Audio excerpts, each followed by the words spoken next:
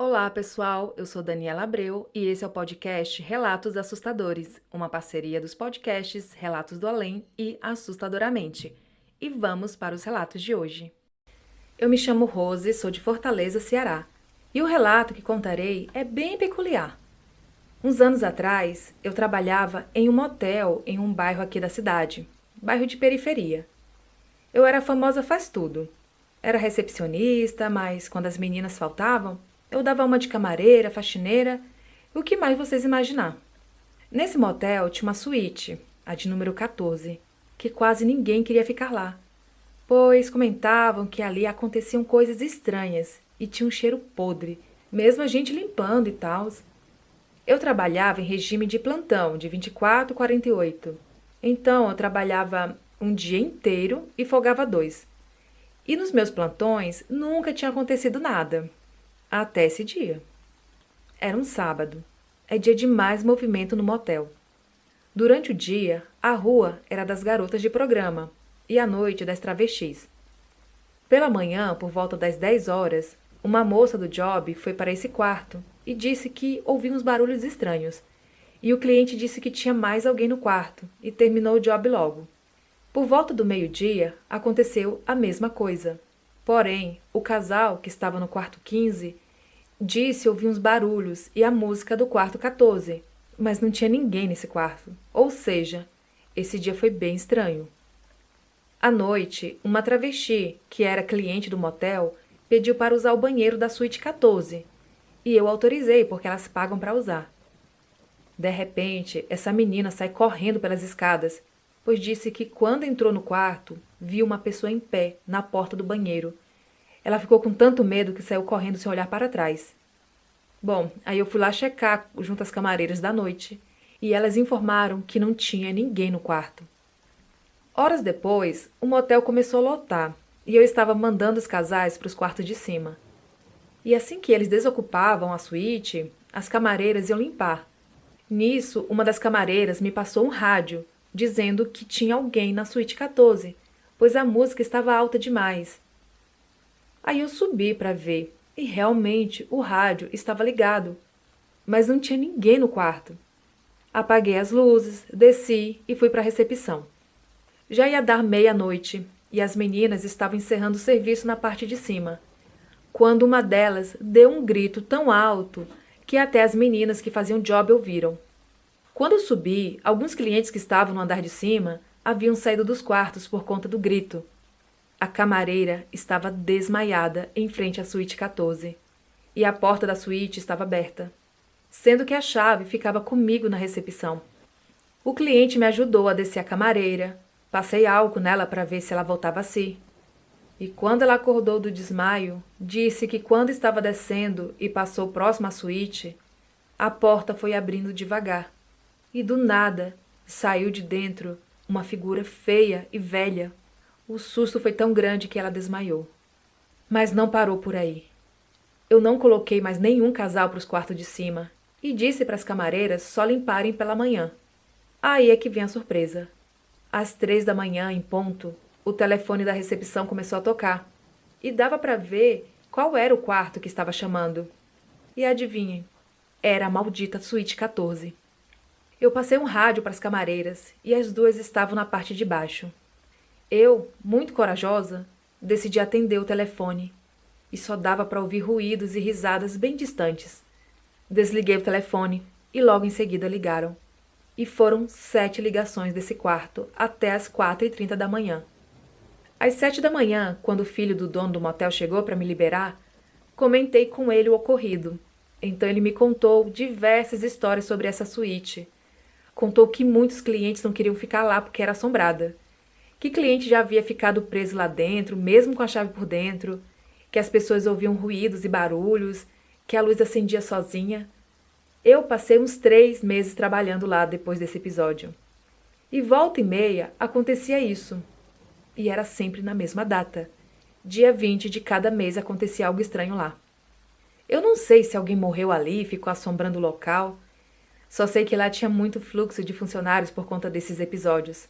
Afinal, quem limpava os quartos era quem mais via os fenômenos paranormais.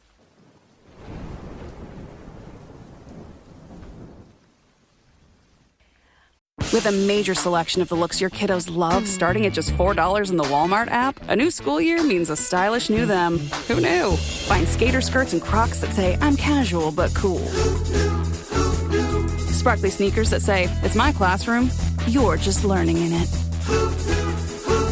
And preppy polos that say, I'm the teacher's pet, even if they're mommy's menace at home. Find their favorite styles starting at just $4 in the app. The Walmart you thought you knew is now new. Antes de começar o relato, esclareço que eu não costumo escrever história de suspense ou terror. Eu prefiro falar sobre coisas amenas e poéticas, mas vou contar uma história muito tensa que aconteceu comigo há uns 10 anos. Na época, eu estava me divorciando e atravessando um processo depressivo. Nunca escrevi sobre isso, mas acho que é hora de expor esse fato, até porque pode servir como orientação para outras pessoas. Eu estava no apartamento onde eu morava, e meu filho dormia num dos quartos no final do corredor.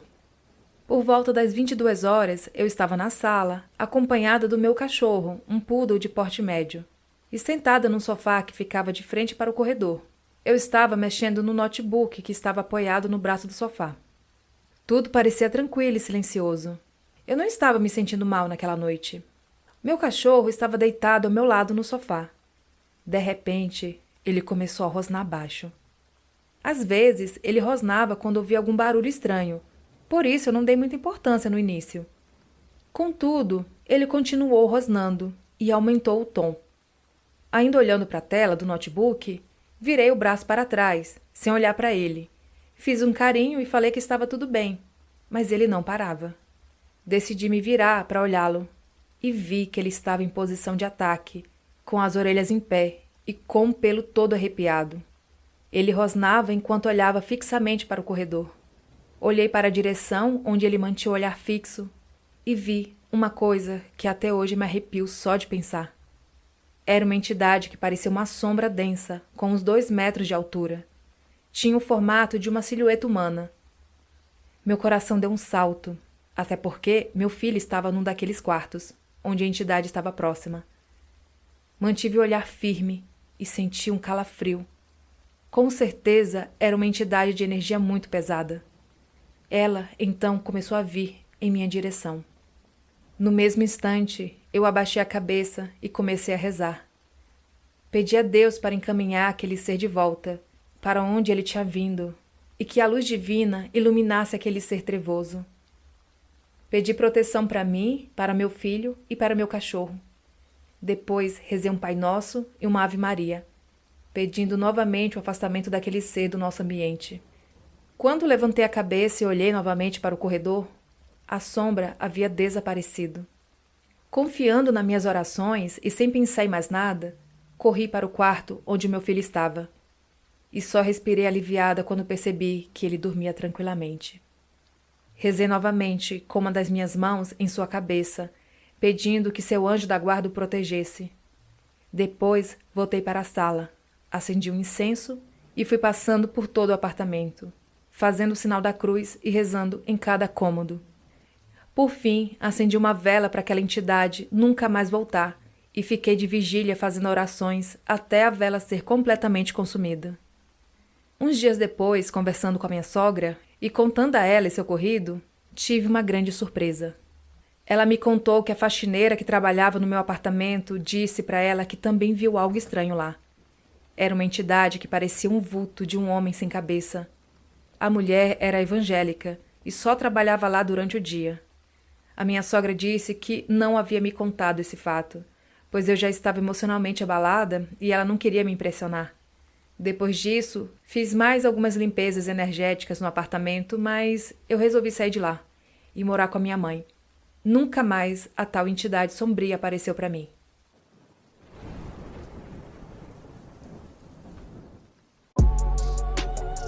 Vitamin Water Zero Sugar has great taste, zero BS, and, obviously, zero sugar. For those with zero room in their calendar. Zero patience for slow walkers. Those who get 0 hours of sleep on a Saturday night. Have zero filter, zero given, and zero interest in grabbing a plain, boring water. Grab a delicious Vitamin Water Zero Sugar today. Olá, equipe Relatos do Além. Conheci recentemente o podcast e estou completamente viciada. Decidi compartilhar os meus relatos também, já que até os meus 13 anos eu tive muitas experiências inexplicáveis. Mas em especial, tem 2 histórias muito boas que eu acho que seria maneiro contar. A primeira é o ex-namorado maluco da minha mãe. Um breve contexto com bastante relevância antes da história. Meus pais se separaram quando eu era muito nova, e por isso a minha mãe teve outros namorados ao longo da minha infância e adolescência. E como éramos só nós 2, eu tinha bastante contato com eles. Quando eu estava com uns 9 anos, ela começou a namorar um homem. Vou dar o nome fictício de Márcio para preservar a identidade dele.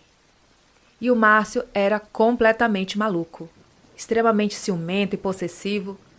O relacionamento deles não durou por muito tempo, e quando a minha mãe optou pelo término, ele não aceitou nada bem. Por meses, quase 1 ano, ele seguia a minha mãe, inclusive entre cidades diferentes quando ela estava a trabalho. Ficava ligando, mandando mensagens. Era péssimo e muito assustador. Ele só parou mesmo quando a minha mãe já estava quase casada e grávida de outro homem. Mas ele sempre dizia e reforçava que ele não seria esquecido, que ele sempre estaria conectado com nós 2. Umas coisas assim bem bizarras. Alguns anos se passaram e eu confesso que até tinha esquecido da existência dele. Eu e minha mãe nos mudamos de estado, telefone, tudo. Até que uma certa noite, eu já com uns 13 anos, estava deitada, virada para a parede do meu quarto, tentando dormir. Quando, de repente, senti uma energia pesadíssima, vinda das minhas costas. Imediatamente, na minha cabeça, me veio a imagem de Márcio e as bizarrices que ele falava, e me deu um calafrio inexplicável. Alguns minutos se passaram e a sensação não ia embora. Então eu comecei a pedir para quem quer que estivesse me ouvindo afastasse aquela coisa ruim de mim, reforçando que eu não queria aquela presença. Obviamente, nada daquilo estava fazendo sentido na minha cabeça, mas quando eu me senti segura novamente, me levantei e fui para o quarto da minha mãe. Acabei dormindo com ela aquela noite e não tive coragem de acordá-la porque estava muito tarde e ela com certeza ficaria brava comigo. No dia seguinte, quando acordamos, a primeira coisa que fiz foi perguntar: Mãe, e o Márcio? Você tem alguma notícia dele recentemente? Ela me perguntou confusa o porquê de eu estar perguntando dele assim do nada. Aí eu contei que na noite anterior tinha sentido uma coisa muito ruim no meu quarto e que eu só conseguia me lembrar dele. Ela então me encarou com os olhos arregalados e disse: Filha, ele faleceu esses dias no acidente de moto. Depois daquele dia, eu pedi várias noites seguidas para que ele nunca mais me visitasse e me deixasse em paz. E para minha felicidade, ele nunca mais apareceu. Mas, vez ou outra, me recordo dessa história e sempre me arrepio.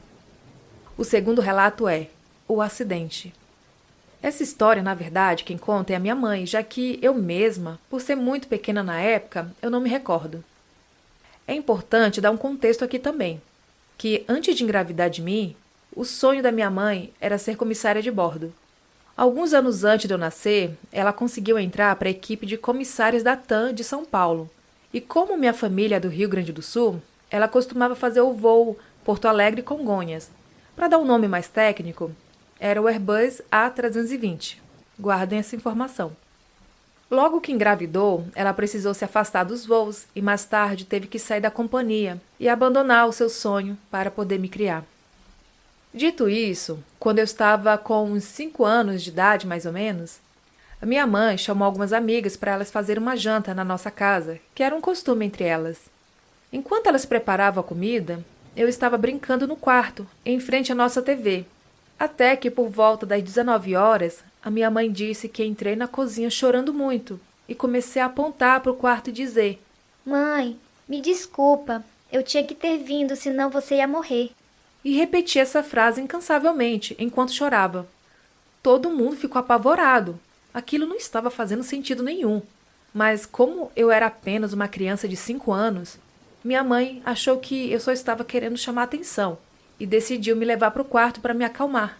Eu continuava chorando e apontando para o quarto, até que entramos no cômodo e passei a apontar para a TV, que estava chiando. Ela relata que foi uma cena de filme de terror e que ela estava muito assustada, apesar de não estar me levando a sério. Na tentativa de desligar a TV ou de abaixar o volume, ela apertou algum botão e acabou trocando para o plantão da Globo. E pasmem, estava passando o acidente em que o Airbus A320 da TAM ultrapassou a pista e bateu em um prédio em Congonhas, matando 199 pessoas, incluindo toda a tripulação. Exatamente a linha que ela fazia, a qual ela teve que sair quando engravidou de mim. Ela conta que me abraçou e começou a chorar muito. Infelizmente, ela perdeu muitos colegas nesse acidente e até hoje, quando passamos pelo memorial, os olhos dela enchem de lágrimas. Does it ever feel like you're a marketing professional just speaking into the void? But with LinkedIn ads, you can know you're reaching the right decision makers, a network of 130 million of them, in fact. You can even target buyers by job title, industry, company, seniority, skills, and did I say job title? See how you can avoid the void and reach the right buyers with LinkedIn ads. Spend $250 on your first campaign and get a free $250 credit for the next one. Get started at linkedin.com/campaign. Terms and conditions apply. Me chamo Gabi, sou de Curitiba, Paraná, e estou aqui para contar uma experiência paranormal que me marcou. Tenho muitas histórias para compartilhar, então, se o pessoal gostar, eu posso voltar com mais casos sobrenaturais que já presenciei ao longo da minha vida. Os nomes das pessoas envolvidas foram modificadas, já que tudo é recente e há alguns detalhes delicados. Antes de tudo, preciso dar um pouco de contexto para que entendam bem a situação. No final de 2022, passei por um momento muito difícil e, para não ficar sozinha, fui morar com uma amiga mais velha, que conheço desde criança. Ela foi muito amiga da minha mãe, que já faleceu, e acabou se tornando uma figura materna para mim. Vou chamá-la aqui de Carmen. Carmen tem um filho, chamado Paulo, com quem ela já enfrentou várias batalhas emocionais, especialmente em relação ao vício. Nesse período que fui morar com eles, Paulo estava passando por uma fase turbulenta por conta desse problema, e Carmen fazia de tudo para ajudá-lo. Tendo perdido minha mãe, a amizade da Carmen foi um grande apoio para mim.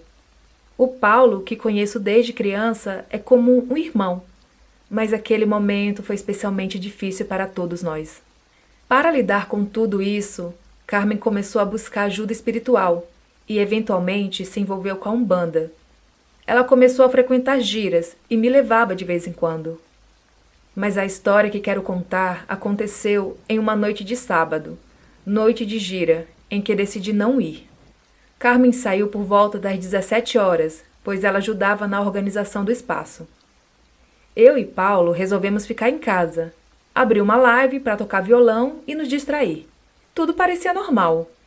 Lá pelas tantas, Paulo foi ao banheiro e acabou que encerramos a live. Fiquei ali na sala, fazendo carinho no cachorro e olhando, meio distraída, em direção à porta do banheiro. De onde eu estava, eu conseguia ver claramente o corredor até a cozinha. Era uma distância considerável, uns 10 metros. Foi então que aconteceu. Eu vi o Paulo saindo do banheiro. Era um homem alto que saiu com passos firmes e seguiu diretamente para a cozinha.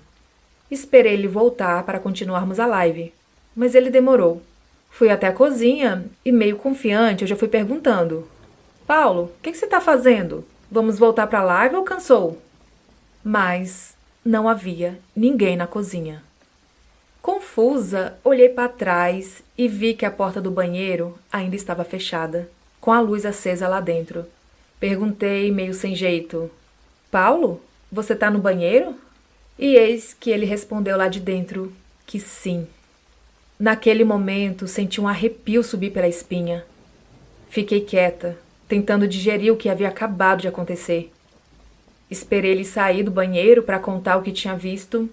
Disse que tinha certeza de que vi um homem saindo do banheiro e indo em direção à cozinha. O Paulo me olhou intrigado, mas não disse muito. Mais tarde, quando Carmen voltou da gira, trouxe uma notícia. Ela nos contou que durante a sessão, todos ali presentes ouviram sons de objetos caindo na cozinha do local, como se alguém estivesse fazendo barulho de propósito. De repente, Maria Padilha, a entidade da gira, falou: Eu sei quem está aqui e sei o motivo. Carmen, Você precisa ajudar com isso. Carmen nos explicou que, segundo Maria Padilha, o espírito do falecido marido dela estava ali e ele precisava de ajuda. Ela mencionou que na noite anterior havia sonhado com ele, um sonho perturbador, onde ele parecia estar prejudicando o próprio filho. Carmen acordou angustiada e, sem entender bem o motivo, disse em voz alta: "Vá até o endereço da Gira amanhã, no horário indicado, e peça ajuda." Era um conselho para o espírito, que ela acreditava estar assombrando o filho, talvez pelo fato de Paulo estar repetindo o mesmo caminho de vício que o pai havia trilhado. Quando Carmen nos contou isso, fiquei inteira arrepiada. Contei a ela o que tinha acontecido na casa, que vi claramente um homem alto saindo do banheiro e indo para a cozinha. O pai de Paulo era alto e muito parecido com o filho. Naquele momento, todos os detalhes pareciam se encaixar. A gira começou justamente no horário em que vi aquela figura misteriosa, como se ele realmente tivesse seguido o conselho de Carmen e ido buscar ajuda. Essa experiência me deixou muito reflexiva e, de certa forma, aliviada por saber que talvez agora aquele espírito esteja em paz.